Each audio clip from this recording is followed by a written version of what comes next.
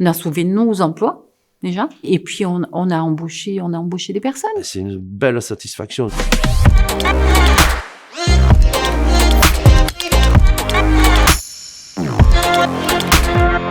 La société Clarençon, c'est une entreprise de textile donc qui existe depuis maintenant plus de 100 ans. Nous réalisons des tissus pour l'habillement féminin exclusivement.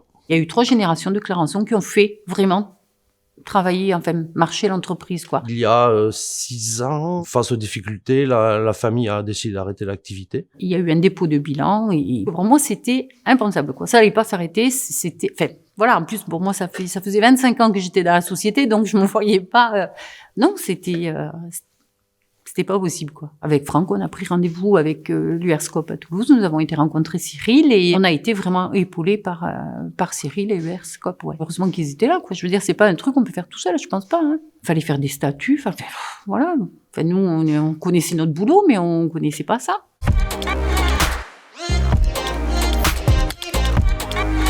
C'est vrai que les sociétés coopératives qui s'organisent, on va dire, en liquidation judiciaire, sont moralement et émotionnellement très intenses pour nos équipes, parce qu'on n'a pas l'assurance de gagner, parce qu'on a un devoir d'inquiétude par rapport aux salariés qu'on accompagne. On se pose toujours la question de savoir si c'est une bonne idée. C'est les salariés qui vont porter de la responsabilité et le risque entier.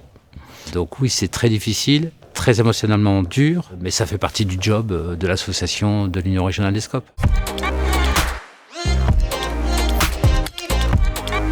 À la création de la société, enfin de la SCOP, on était 9 associés. On a tenu, dans la mesure où possible, à créer un emploi par an.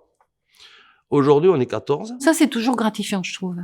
Parce qu'on a sauvé, certes, une entreprise, on a sauvé nos emplois, déjà, et puis on a embauché des personnes.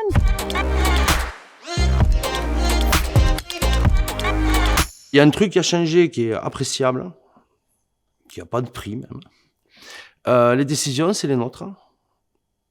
Qu'elles soient bonnes ou mauvaises, c'est les nôtres. On ne subit pas les décisions des autres. On a évolué sur une partie de la clientèle. On les a livrés parfaitement. La confiance est revenue et en même temps, les bonnes relations commerciales sont revenues. Bon, c'est ça, le plus grand truc, c'est avoir retrouvé la confiance de tout le monde.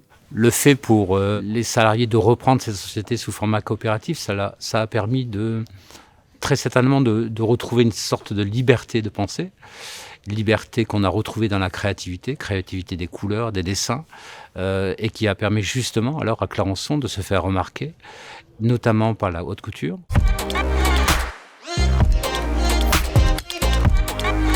On reste, et ça il faut bien que tout le monde le comprenne, on reste une entreprise normale. Ensuite, un homme, une voix, c'est très bien, c'est parfait, puisque tout le monde peut donner son avis. Des gérants qui sont pas indéboulonnables s'ils font n'importe quoi, c'est parfait aussi. C'est l'avenir parce que les gens touchent les fruits de leur travail. C'est-à-dire que y a pas un actionnaire qui arrive qui s'en met plein les poches. Si, c'est les actionnaires qui s'en mettent plein les poches, c'est ceux qui ont créé la valeur. C'est une expérience à vivre. On se dit, il y a des choses, on n'arrivera jamais à les faire, quoi. Et puis, en fait, on se rend compte que si, voilà, il faut se battre et on arrive à faire des choses, quoi. Puis c'est une très belle aventure.